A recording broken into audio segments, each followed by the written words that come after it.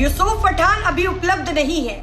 किस काम के लिए उपलब्ध नहीं है? देश के लिए उपलब्ध नहीं है। और क्यों उपलब्ध नहीं है? क्योंकि ममता दीदी ने यूसुफ पठान को साफ मना कर दिया है कि डेलीगेशन के साथ बिल्कुल भी नहीं जाना।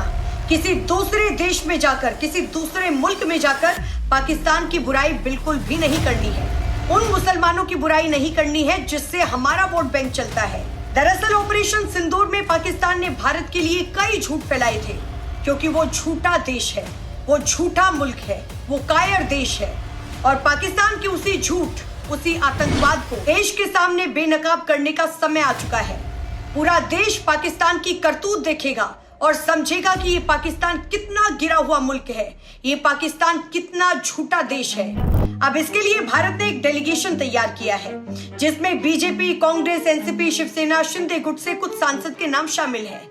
नाम तो केंद्र सरकार ने पूर्व क्रिकेटर और टीएमसी सांसद यूसुफ पठान का भी दिया था, लेकिन उन्होंने समय का हवाला देते हुए जाने से मना कर दिया है। यूसुफ पठान ने केंद्र सरकार को मैसेज दिया है कि वो उपलब्ध नहीं है, वो अवेलेबल नहीं है, देश के लिए उनके पास समय नहीं है। उनकी पार्टी की लीडर ममता बनर्जी तो ये कह रही है कि ये केंद्र सरकार का मामला है। आप लोगों को क्यों नहीं समझ आता कि ये समय दुनिया के सामने एकजुटता दिखाने का है?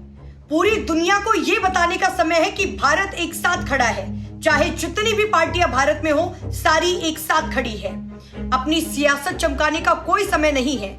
और ठीक है, मान लिया कि ये केंद्र सरकार का मामला है, तो मैडम सीएए, एनआरसी भी केंद्र का मामला था, रोहिंग्या घुसपैठ भी केंद्र का मामला था, सीमा सुरक्षा भी केंद्र का मामला रहता है। तो आप इन सब मामलों पर इतना बढ़ चढ़कर क्यों बोलती हैं? और सिर्फ बोलते नहीं हैं, आप गाली गलौज पर आ जाते हैं। क्या आपको समझ नहीं आ रहा कि आप मोदी का विरोध करते करते इस पूरे देश का विरोध करने लग गई है?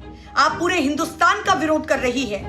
क्या इस समय भी आपको अपनी राजनीति दिखाई दे रही है? क्या ये राष्ट्रद्रोह नहीं है? और शर्म आ रही है आज मुझे ये कहने में कि तुष्टीकरण की राजनीति के लिए आपने, यानी कि ममता बनर्जी ने, ममता दीदी ने आतंकवाद के सामने अपने घुटने टेक दिए। जब बात देश की आई तो आपने कह दिया कि ये केंद्र सरकार का मामला है। आपकी जुबान से ये शब्द निकले तो निकले कैसे?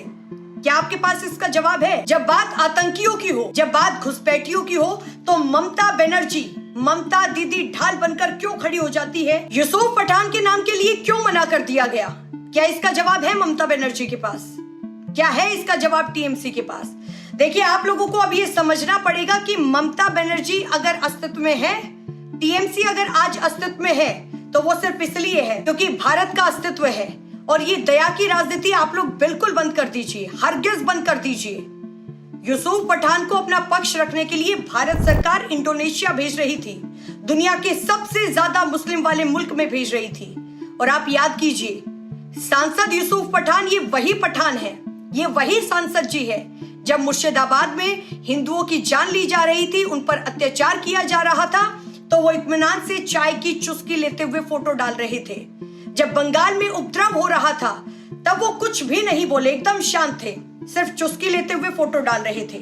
और ठीक किया टीएमसी ने, ठीक किया ममता बनर्जी ने कि उनको नहीं भेजा इंडोनेशिया, क्योंकि जब बात मुर्शिदाबाद की आई, जब बात पश्चिम बंगाल की आई, तो वो चुप थे, एकदम खामोश थे। और सही किया टीएमसी ने और ममता बनर्जी ने कि उनको दूसरे देश नहीं भेजा, क्योंकि जब अपने देश के लिए नहीं बोले तो दूसरे देश में जाकर क्या खाक बोलेंगे।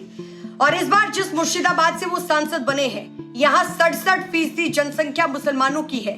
पिछले 5 बार से लगातार कांग्रेस नेता अधीर रंजन चौधरी वहां से सांसद बन रहे थे, लेकिन इस बार यानी कि साल 2024 में वहां के मुसलमानों ने अधीर रंजन चौधरी को दगा दे दिया और यूसुफ पठान को सांसद बना दिया। तो अब आप समझ सकते हैं कि वो देश के लिए क्यों नहीं उपलब्ध है, उन्होंने क्यों मना कर दिया है जाने के लिए। इन लोगों के लिए राजनीति पहले है और देश बहुत बाद में है।